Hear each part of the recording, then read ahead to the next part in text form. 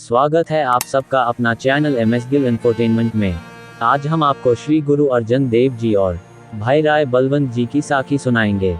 राय बलवंत गुरु अर्जन के समय में एक रबाबी और भाई सत्ता के सह संगीतकार थे, जिनके बारे में कहा जाता है कि वे रामकली संगीत माप में गुरु ग्रंथ साहिब जी में शामिल एक वार के उनके भाई थे। वह जन्म से एक मिरासी मुस्लिम संगीतकार और वंशावलीज्ञ थे और भाई मर्दाना जैसे विद्रोही की संगत में पवित्र भजन गाते थे। उनके बारे में जीवनी संबंधी जानकारी उपलब्ध है, सिवाय इसके कि वह और उनके भाई सत्ता गुरु अर्जन जी 1563 से 1606 के समकालीन थे, जिनके लिए उन्होंने शबद कीर्तन का पाठ किया था। एक अन्य परंपरा के अनुसार उन्होंने गुरु नानक जी के उत्तराधिकारी बनने के कुछ समय बाद गुरु अंगद जी के अधीन अपना कार्यकाल शुरू किया। 1539 में उनकी मृत्यु के बाद वे गुरु अर्जन जी के समय तक गुरुओं की सेवा करते रहे। एक कहानी दर्ज है कि बलवंत को अपनी संगीत क्षमता पर इतना घमंड हो गया था कि उसने एक बार बाबा बुद्ध के शबद गायन के अनुरोध को अस्वीकार कर दिया था। गुरु जी ने उसे डांटा और ऐसा कहा, वह गुरु हर सिख के भीतर थे और एक सिख को भजन सुनाने से मना करने का मतलब स्वयं गुरु को मना करना था।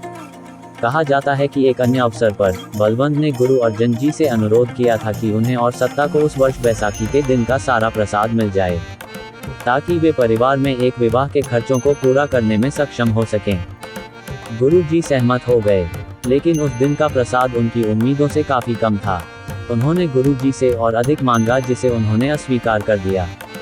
अपनी अपरिहार्यता की गलत धारणा के तहत सत्ता और बलवंत दोनों ने गुरु को छोड़ दिया, ये सोचकर कि एक बार जब वे भजन पढ़ना बंद कर देंगे तो उनका अनुसरण कम हो जाएगा। गुरु अर्जन ने उन्हें बुलाया, लेकिन उन्होंने लौटने से इनकार कर दिया। जब गुरु ने स्वयं उन्हें बुलाया तो उन्होंने गुरु नानक के घर के बारे में अशिष्टता से बात की। अब गुरु द्वारा त्याग दिए जाने के बाद उन्होंने स्वयं को सिखों से अलग थलग पाया। उन्हें मानसिक पीड़ा भी झेलनी पड़ी और वे कुष्ठ रोग से बीमार पड़ गए।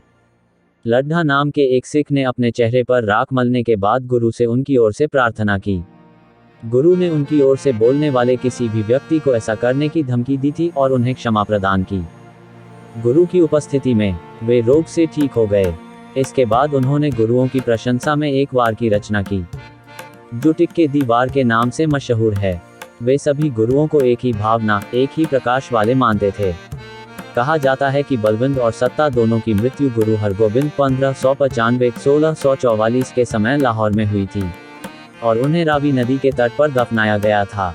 अपना कीमती समय निकालकर कथा सुनने के लिए सभी प्रिय मित्रों को धन्यवाद और अधिक सिख ऐतिहासिक साखियां सुनने के लिए हमारे साथ बने रहें। वाहे गुरु जी दा खालसा, श्री वाहे गुरु जी दी फतेह।